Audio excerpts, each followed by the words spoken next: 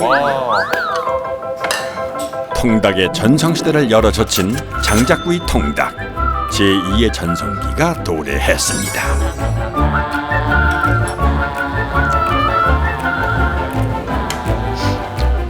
되게 노릇노릇하게 구워졌다.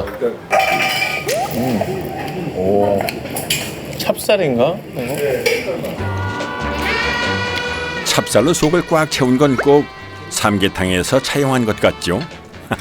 생긴 게 아주 예술입니다. 껍데기가 맛있어요. 네, 맞습니다. 베이징 덕덕의 껍데기가 맛있어요. 예, 예.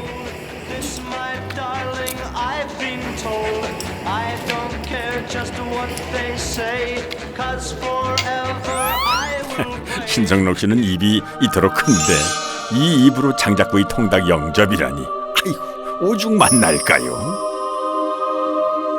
부디 오감으로 즐겨보시기 바랍니다.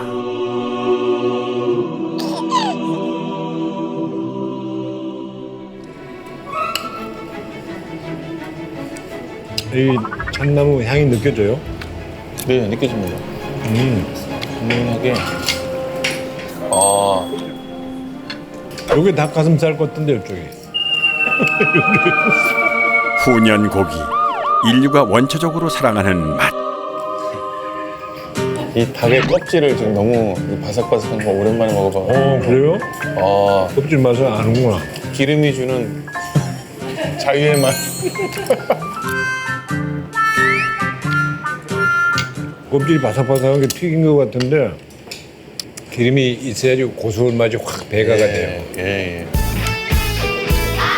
닭은 사람들마다 선호하는 부위가 확연히 갈리는데요.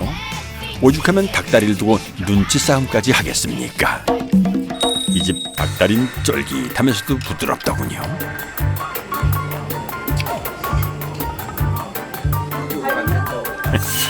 게다가 다행히도 신성록 씨는 날개파 아니 껍질파고요.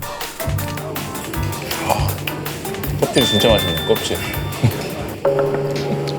아니 내가 먹을 껍질 다 없어졌어. 선생님도 아니 껍데기 많이 먹어.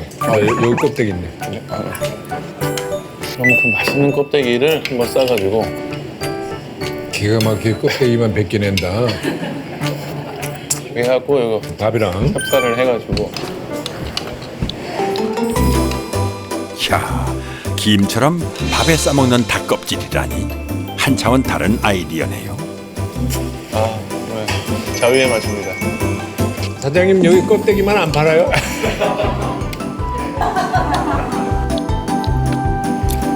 이번엔 닭 가슴살을 들어보죠. 비계 하나 없이 살이 옹골찬 가슴살은 백숙이나 삼계탕 때 대접받는 것과는 달리 굽거나 튀기면 흔히 퍽퍽살로 불리며 호불호가 나뉘는 부위죠.